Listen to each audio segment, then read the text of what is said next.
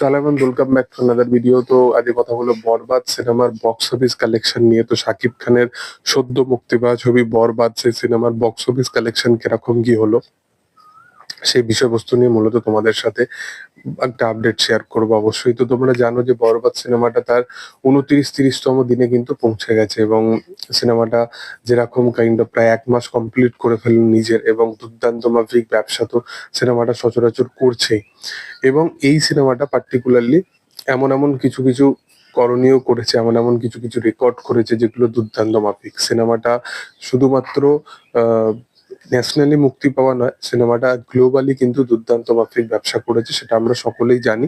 এবং এই সিনেমাটা পার্টিকুলারলি সেই জিনিসটা ডিজার্ভও করতো, এবং সেই কারণবশত বরবাদের যে 25 দিনেরই যে কালেকশনটা, সেটা 62 কোটি, যেটা তার প্রিভিয়াস রিলিজ প্রিয়তমা, যেটা 41 কোটি টাকা পড়েছিল লাইফ টাইম, এবং 56 কোটি টাকা লাইফ টাইম কালেকশন ছিল তুফান।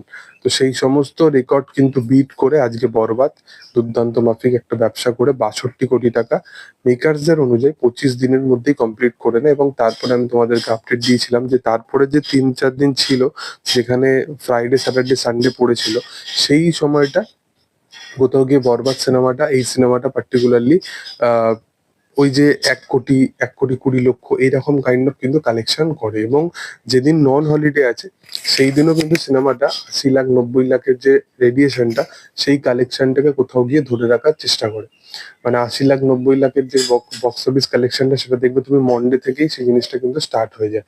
এবং সেই রকমই যদি অ্যাজাম্পশন ওয়াইজ যদি সেই রকমই কাইন্ড অফ জিনিস কিন্তু ধরে রাখতে পারে বরবাদ, তাহলে বরবাদ সিনেমাটা এখনো পর্যন্ত কিন্তু মোটামুটি 67-68 কোটি টাকার মতো বক্স অফিস কিন্তু কালেকশন করে ফেলেছে।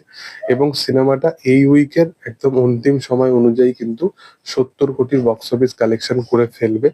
এবং আগামী সপ্তাহে বা তারও আগে মানে আগামী দু সপ্তাহ মতো যদিও সিনেমাটা চলে, এবং সিনেমাটা যদি নেট কালেকশন থেকেই যদি 80 কোটি টাকা এরকম কাইন্ড অফ যদি বক্স অফিস কালেকশন তুলতে পারে, তাহলে সিনেমাটা ওয়ার্ল্ড ওয়াইড কালেকশনে যেরকম রেসপন্স পেয়েছে, সিনেমাটা আরামসে সমস্ত কিছু মিলিয়ে 100 কোটির কালেকশনের যে বেঞ্চ মার্কটা, সেটা কিন্তু সেট করে দেবে। এমনি এটা বাংলাদেশের যে সমস্ত সিনেমা রিলিজ হয়েছে বা মুক্তি পেয়েছে, তাদের মধ্যে সব থেকে বেশি সফল সিনেমা বা সব থেকে বেশি কালেকশন করা সিনেমা হচ্ছে শাকিব খানের বরবাদ। তো এটাই হচ্ছে ব্যাপার। এবং দেখার যে আগামী দিনে কতদিন এই সিনেমাটাকে অডিয়েন্স আরো বেশি সুযোগ দেয়, বা অডিয়েন্স তো সুযোগ দিলেও ডিস্ট্রিবিউটাররা আরো কতদিন সুযোগ দেয় সিনেমাটাকে। অলরেডি 30 দিন হয়ে গেছে, তারপরেও অনেক জায়গায় শো নিয়ে তো সমস্যা দেখা গেছেই।